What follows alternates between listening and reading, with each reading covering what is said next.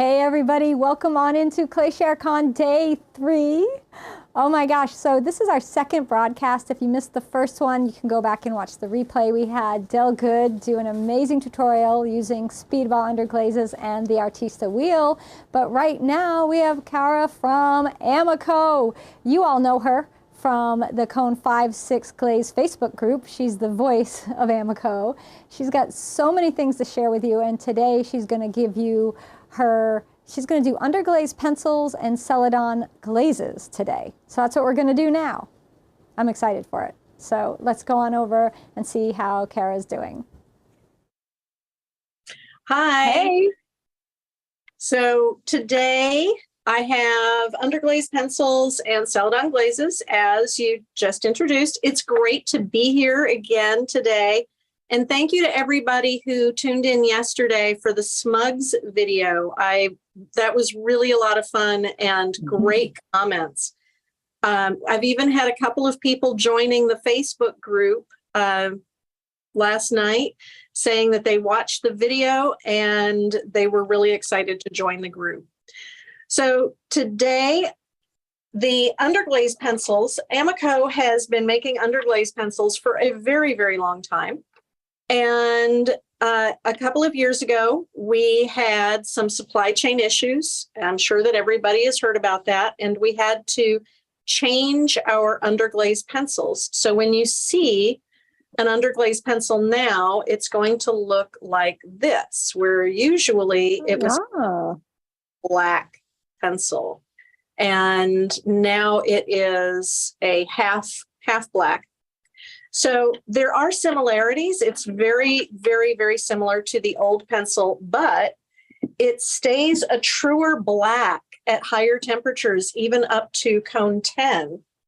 And I'm going to do a little demo with drawing with the Underglaze pencils.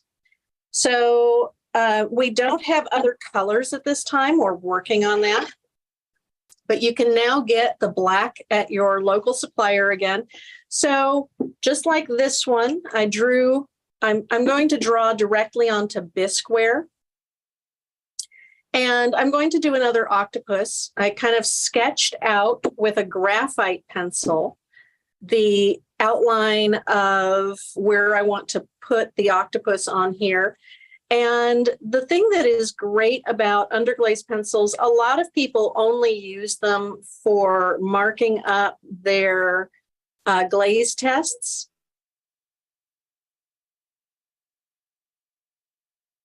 You know, a lot of people use Underglaze pencils right on their test tiles, and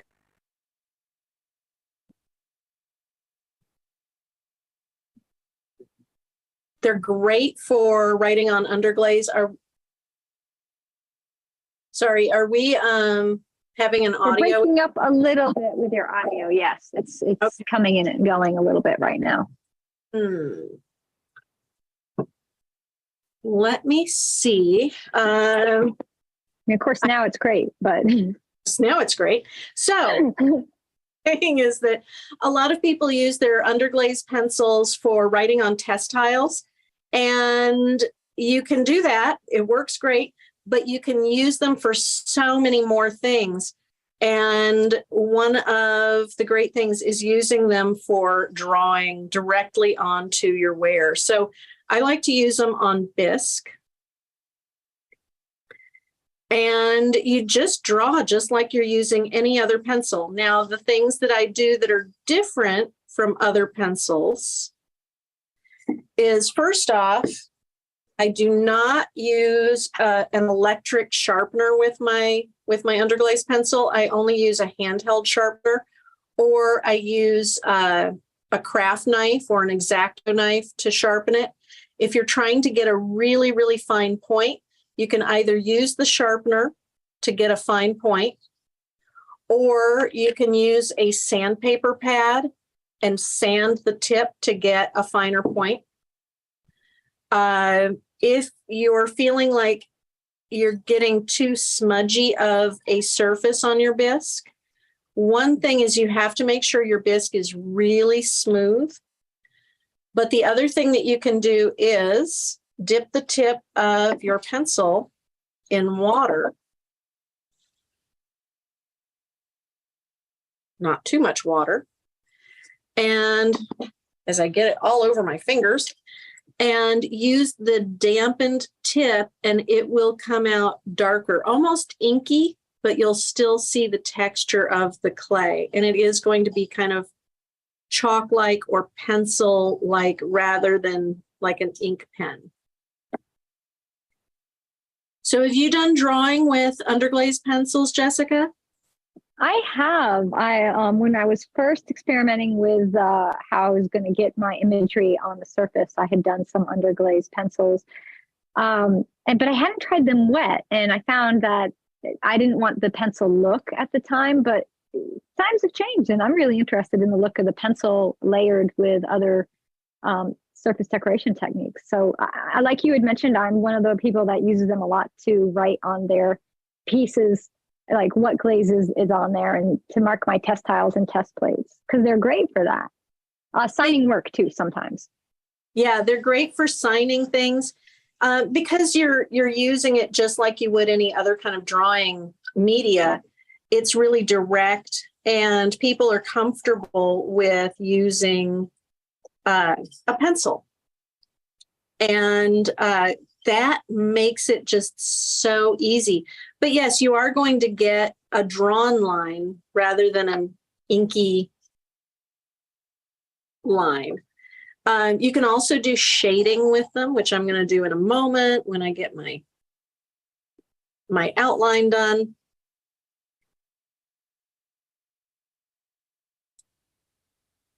So, and you can use them with other media. So I like to kind of get my main drawing in and then go back and shade. And you can see how I shaded here. And I did some of this with kind of a scribbly line where you still see the character of the pencil, but you can also soften it. You can smudge it. You can come in with a little wet brush to smudge it and make it more paint looking. You can also come back with chalks. Now, that would be a great way to combine it. You do your line work and then come back in with the chalks. Yeah, and you can also work with the smugs. So if you did like smugs first, like we were doing yesterday, and then came back in with the pencil, you can kind of do some darker, more pencil-y line with the watercolor. There's lots of options for how to use the pencils more than just marking your tiles. So I'm going to get some of the... So will these stick to your kiln shelf, the pencils, if someone signs directly on the bottom and it's a flat bottom piece without a foot? No, they will not stick. They are very, they're pretty dry right up to cone 10. I have seen some shadowing, but I'm not sure if the new ones will shadow, like leave a shadow on your shelf, but they will not stick to the shelf. And folks that are interested in the Underglaze chalks, Amico makes sets of those. And we actually had a great tutorial, but it was only for our premium members, are part of our special night broadcast on Wednesday night. And Terry from Fired On joined us, and she did a great tutorial. But are you going to use some of the chalks in your demo too? I could work some chalks into this. I like using the chalks for really loose kind of things, landscapes and kind of soft looking imagery. But yeah, I brought the chalks in because there was a question about them yesterday when we were talking about smugs. And I thought, I wouldn't be surprised if somebody asked about chalks today. So I brought some in. So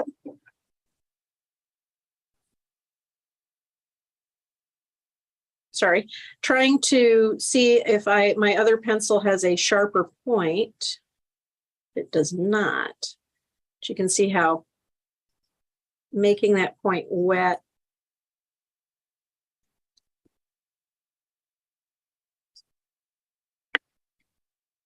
but I'm going to use the softer, the other point to kind of do some of the shading around the octopus. How do you remove a pencil mark from bisque if you have to, if you make a mistake? Well, an underglaze pencil mark is going to be pretty hard to erase. You could wet the wear and try to wash it off. I'm not sure if you would be entirely successful. This is kind of like working with charcoals or oil pastels in a way, in that it's pretty hard to get it off.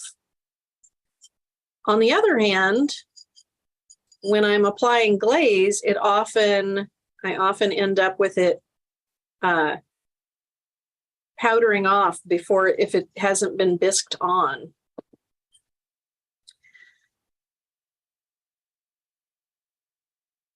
And smudging. So when you dip your pencil into water, are you dabbing it off onto the sponge a bit to take excess water off? I'm just shaking the water off, but you could Dab sponge. it. Yeah. You can see that it comes off on the sponge. So if someone wanted to try sanding away their Underglaze pencil line, they could try that, I guess, but that could just smear it. I don't know. I think that you could probably use, if you sanded it off, you could probably get it off. I would recommend being really wanting to be sure about where you're putting it. And I have made mistakes. I just kind of run with them. It's the happy mistakes sort of approach. Make it look like it was intentional. Yeah, you always work with the happy accidents. I mean, when I'm doing Mishima and Sgraffito, and always when I'm doing demos, people ask what happens if I carve, like, my line goes off. You just go with it. You just flow with it. And now you get a new line.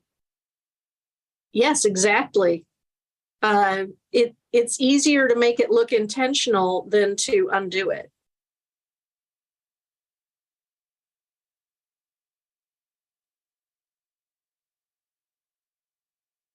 And some of it is the more that you do, the easier it will get.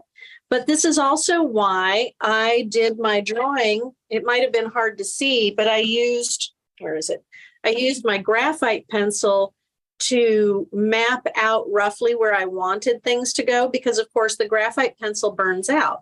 So I don't have to worry about anything that I draw with the graphite pencil staying. So I can kind of map out where things are going to go, and then come back with my underglaze pencil to make my permanent marks. There's a lot of people out there that are shocked that there are underglaze pencils and underglaze chalks. There's a whole bunch of products, folks, that is available, like the Smugs, which is almost like watercolors that come in a palette that we did yesterday. And then today you got the chalks and we got pencils. Pretty much any kind of thing you can think of to use on the surface of your clay is available. So this is hopefully opening a whole bunch of doors to folks out there.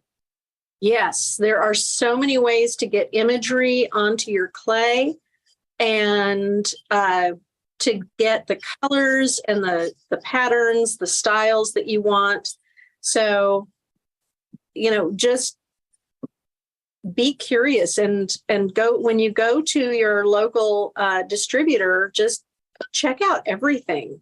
There's all kinds of stuff that you may not have heard of. And I do demos for the Amico 5-6 group, where I talk about some of these in not necessarily more detail, but I do talk about best uses and have little demos. So here's my octopus. I'm going to add some color around it with the chalk. So like the underglaze pencil, could you dip the chalk in water too? Absolutely. Absolutely. And then use a wet brush maybe and blend in your chalks like we do with watercolor pencils that we use on paper. Exactly. It works exactly like that. And I love it. Actually, you've gotten ahead of me because I was planning on doing Oh, exactly. sorry. So this is one of my favorite colors. This is the blue-green chalk, and the chalks do come in sets.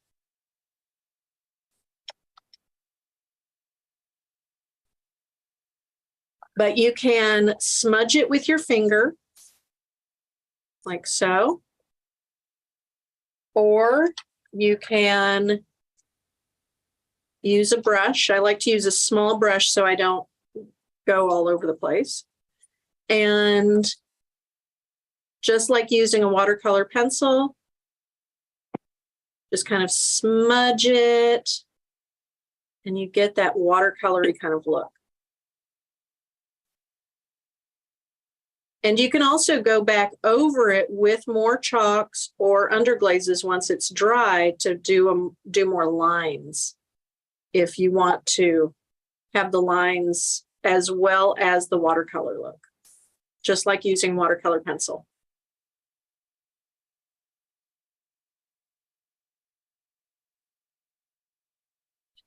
Now the tricky part is getting glaze on this. So my preferred method is to run these pieces through a second bisque. And if you're wanting to know about putting pencil on greenware, yes, you can. You can put pencil and chalks on greenware, but because they are hard media, you can gouge your wear. And of course, holding it, you run the risk of breaking things. So I usually do these on bisque, and then just run them through a second bisque, and they can just go in a low fire glaze, or they can go in the bottom of my regular bisque firing,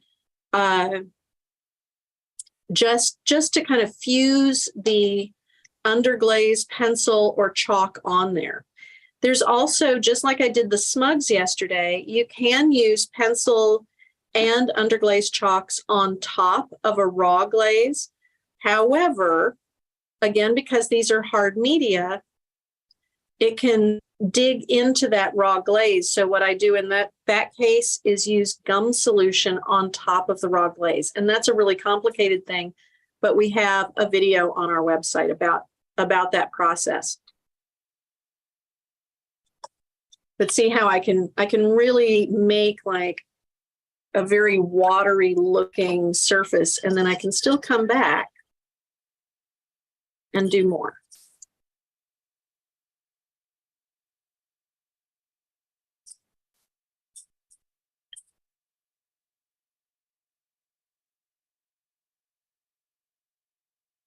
Now, getting a glaze on this, there are two other approaches. Someone commented yesterday that they spray their clear glaze, and that would be a great way. If you're spraying clear glaze on your pieces, you don't have to worry about the smudging. Dipping can end up with some of the underglaze in your bucket of glaze, so I don't recommend dipping unless you have done a second bisque. But you can also sponge very lightly your glaze onto the underglaze. Once it is completely dried, sponge it on very lightly and it will stay in place more or less, but you do have to be super careful about that. So I'm going to pause for a moment and talk about this piece. So I did bisque this a second time. And then I used two Celadons. I used the Glacier all over the octopus, and I used Deep Sea on the inside and sponged around the areas around the octopus. And one of the things that we really love about the Amico Celadons, they are very, very, very stiff. So you'll notice I brought that glaze right down to the foot, and it does not run, not even a little bit. Really, for a glossy glaze, they really don't move.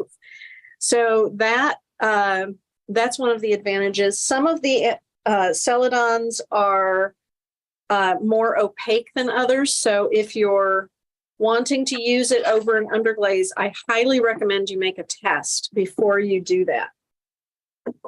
And I brought in some samples of one of these special effects that we get with the Amico Celadons. And we get this oil spot effect from putting snow over either rainforest or storm. Those are both in the Celadon line. And in this case, I painted on two generous coats of rainforest. And then I put flower-shaped stickers onto the raw glaze and went over the whole thing with snow, 2 coats of snow, and then peeled the stickers off. And this is what I get. That's awesome. It's a fun result. And in this sample, I did kind of the opposite. I put the sticker on first and then painted on 2 coats of rainforest and then peeled the sticker off and put on 2 coats of snow. So the white is just snow and the rest is the layered, and we get this really fun oil spot effect. Celadon snow does great oil spot with the, it does it with several glazes. It does it with storm. It does it with rainforest, as you see here. It also does this with ancient copper and with deep fire brick, which are both in our Potter's Choice line.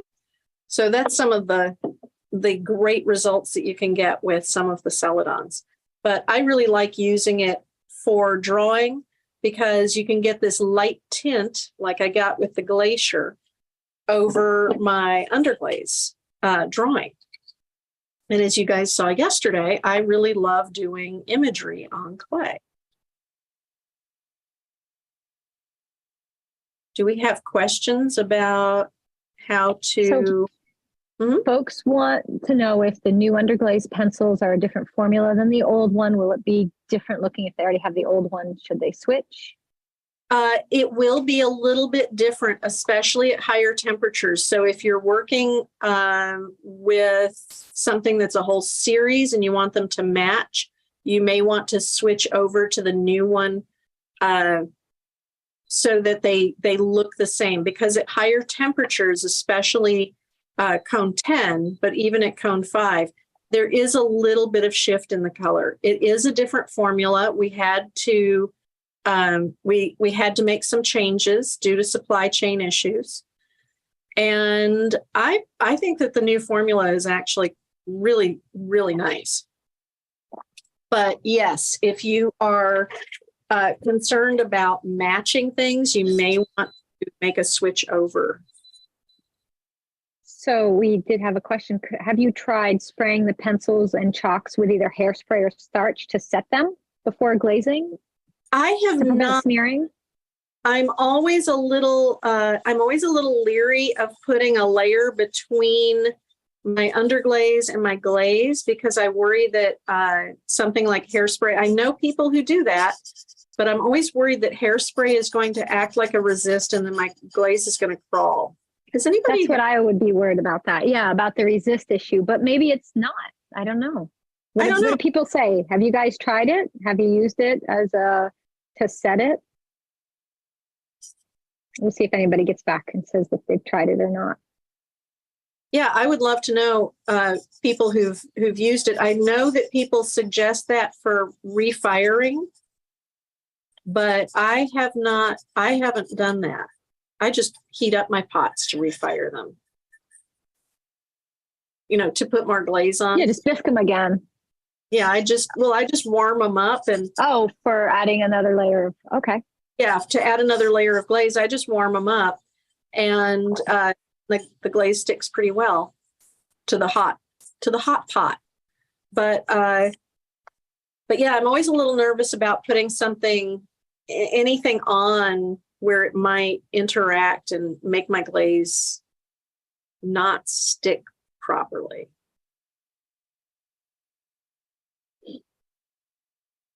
Someone said they do use hairspray when they have to refire, if they need to add more glaze and you want to get the second coat to stick to a glazed piece. They've used hairspray and then brushed a second coat of glaze on and then put it back in the kiln and fired it, glaze fire again. Well, But I mean, it's interesting. So test. So the thing with this, and I want everybody to understand with ceramics, everything's going to be different for everybody. It depends what clay you use. It depends what you fire to. It depends how you apply a product. It's all different. And that's why everybody has to test their own things. So we did have a question about the chalks. You know, are they true to color when you brush them on, or do they change after firing? And I'll let you finish the answer that, because yeah, I have used the chalks mostly at lower temperatures, and they are with the exception of dark blue, they are what you see is what you get. I have had the gray turn a little beigey at cone 5, but otherwise the colors are pretty accurate. So but again, test, because your firing may be different than my firing, and your application may be different. Your clay may be different. There's always so many variables. So I always recommend that people test with their own clay, their own firing, to see what their results are going to be. I can give you, what my results are. I can give you advice on what I think the best way to get my results are, but you're going to have to test. And folks are asking what colors they can get the pencils in. So there are 2 sets, and they come in, okay, off the top of my head, because I only have 1 set here. There is light blue, dark blue, brown, light brown, and kind of a beige, yellow, lilac, pink, gray, white, black, and blue green. And I'm probably missing some.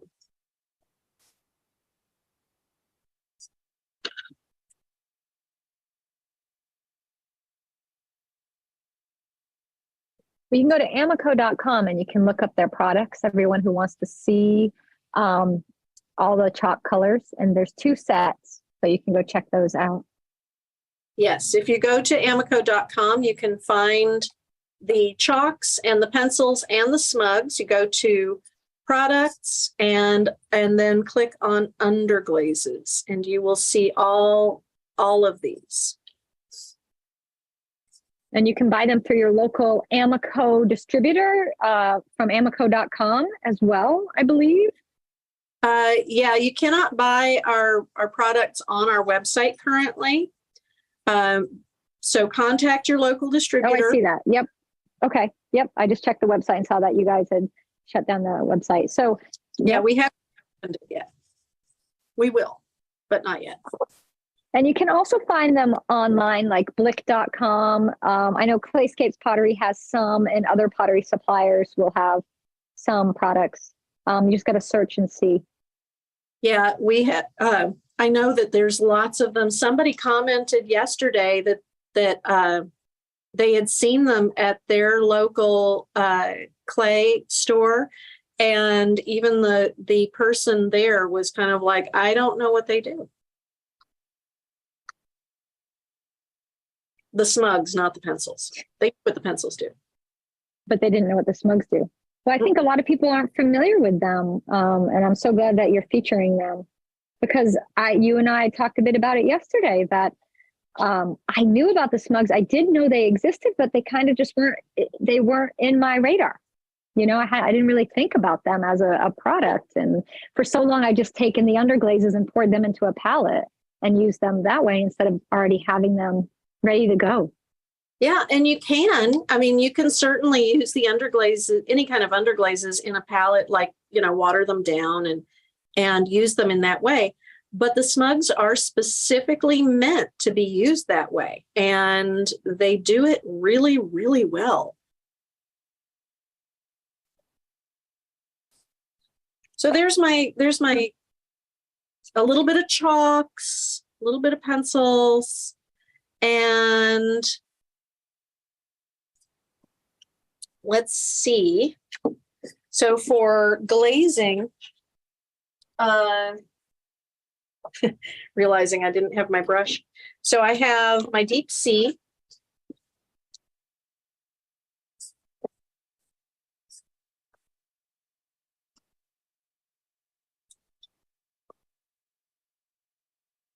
Now, people who are on the 5-6 group know that I'm always talking about using nice fluffy fan brushes because they give the best application. You can really get a smoother,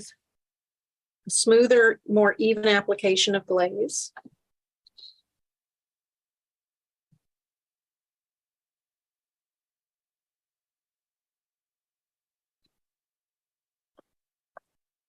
So there's one coat. Bring it right up on the rim.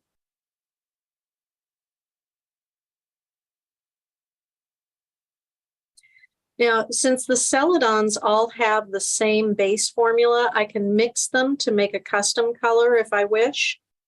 And I know that they will mix just like paint. I can also layer them, and I know that they won't blister or react strangely. So I'm going to set that aside. And I do have another bisque piece, so I can I'm kind of on an octopus tangent this week, but I feel like I want to do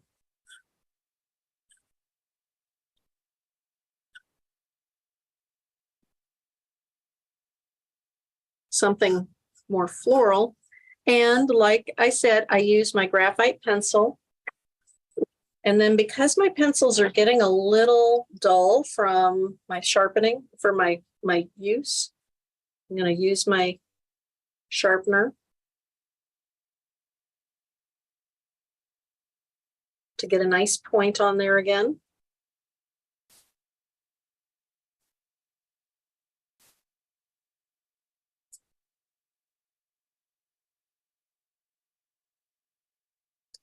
And this time I think I'm going to go a little differently, and I'm going to use the chalks first.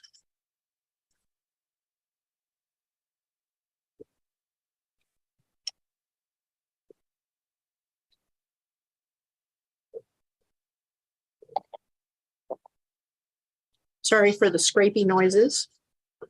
We're able to dampen the sound on our end in production, so we're sparing most people the scrapey, so they don't really hear it. So folks out there, you're not hearing the scrapey sound. They will make a scrapey sound because it's chalk on bisqueware. So you're going to get a sound from it. It's going to happen, but you're not really getting much of it here because we're saving your ears for you. Yeah, it's not the best sound. That's one of the sounds that doesn't bother me. I know some people can't stand the chalkboard scrapey sound. It doesn't bother me either, and I don't know. There's some sounds that do, but the scratchy noises don't tend to bug me too much. So for firing the chalks, they can go to cone 5-6. Yes. Some colors will shift. Yes, and some of the colors will make it to cone 10, but I don't know. I haven't tried to. So that would be someone wants to test them. Well, when I get my gas kiln moved to the new studio, I'll do a test, but that's going to be a little while. But anybody else out there who's got cone 10 happening and has the chalks, give it a test for us and share and let us know what happens. But mostly low fire or 5-6 for the chalks. Yes. Yeah, I think that they do really well for low fire, and they do fine for 5-6. But I'd love to see what you do with them at cone 10. Now, like I said, the black underglaze pencil will make it to cone 10 with no problem at all. I'm thinking blues and blacks should hold out pretty well. Yeah. Browns might too. Maybe the greens might go a little funny. They might go more brown. We'll see. Depends. And just like with some underglazes, you may want to make sure that you're using a zinc-free clear with the green chalk. Otherwise, they will shift towards kind of an unappealing brown.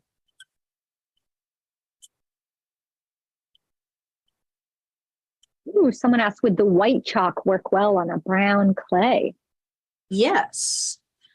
Just like the smugs. Now, if you're, I would definitely, again, test, but you can certainly get a more opaque and kind of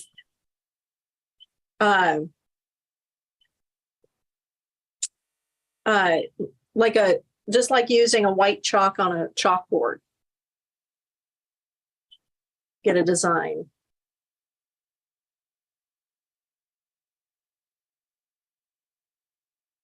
Oh, here's a good one. So this person had heard that there was a particular type of pencil to avoid because the graphite might be waxy and may work as a resist. Do you know what pencils people should avoid? So that's for doing your tracing to start, not your underglaze pencil.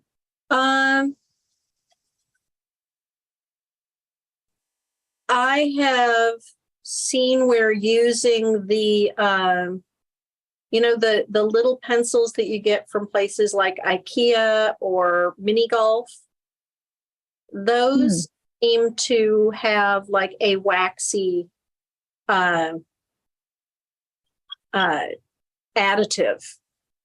And so I have seen some colors do weird things when you're using those. I don't know if they'll resist, but I just use a normal artist's graphite pencil. I mean, this one looks like it's a fancy artist graphite pencil. And so I'm looking at it, it's a 7H, and I'm like, that's an unusual pencil to have. That's a nice that's a hard pencil. Yeah. Pretty hard pencil. Great for you really want actually a hard pencil. So pencils come in soft and hard, and I would definitely think something like a 7H or a 2H would be nice. But the standard like school pencil. Yeah, a 2B is a Ticonderoga. Yeah, that's pretty soft though. Yeah, it is. And they work just fine, but I think that using an H like this one is probably better. But yeah, I would not recommend using like the cheap little mini pencils. I would definitely opt for something that is not too soft and is not like an art pencil in the sense of like colored pencils, because those definitely are going to have some kind of wax additive, or children's pencils. Just go with a standard graphite pencil.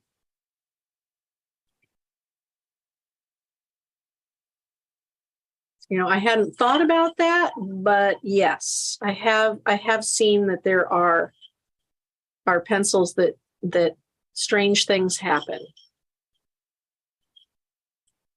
Well, now people are inspired because they're going to get colored pencils to use as resists.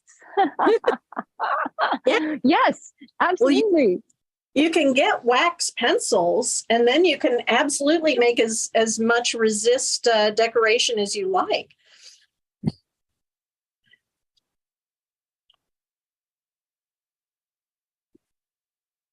So I'm back to the octopus. Yeah, and I just want to remind people the discussion about the graphite pencil is not for staying, it's just for tracing your design. It is going to burn out. The graphite will burn away. This is just a discussion of what's the best thing to get your traced outline, or just to get a light drawing on the surface to use as a guide. Yes.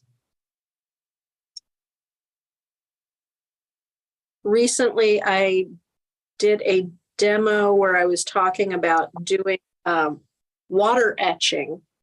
And I said that you can, some people like to use shellac. I like to use wax resist, but I've also used acrylic medium. And I did include, do not use acrylic paint. Use acrylic gel medium because it doesn't have any color in it.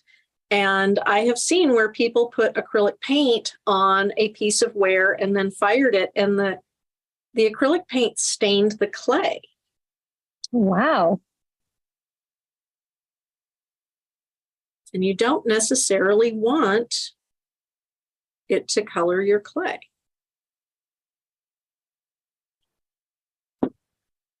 So like here, I put a little bit more brown on this octopus arm than I really feel like I needed there. Someone was asking earlier about taking color off.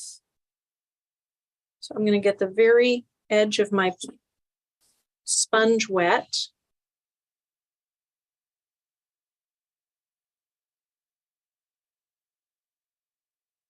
And just pinch my sponge so that just the tiniest bit touches the ware.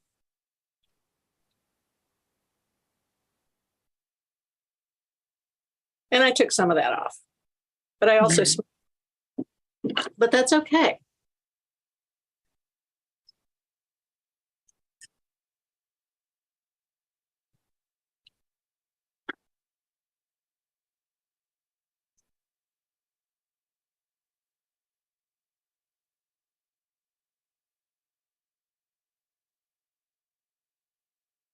So do we have We've any? got a minute left.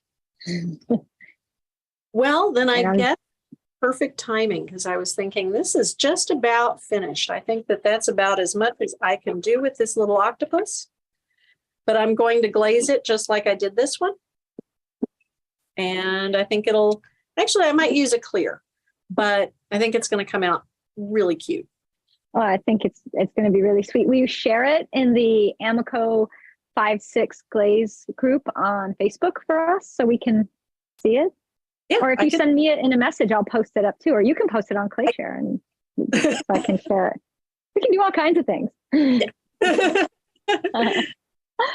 All right, Kara, thank you so much for being here with us again today. It has been such a treat to spend the last few days with you and have you part of ClayShareCon this year and showing all of Amico's amazing products. I know it's really made me think about all the cool surface decoration possibilities that are possible with Amico. So thank you.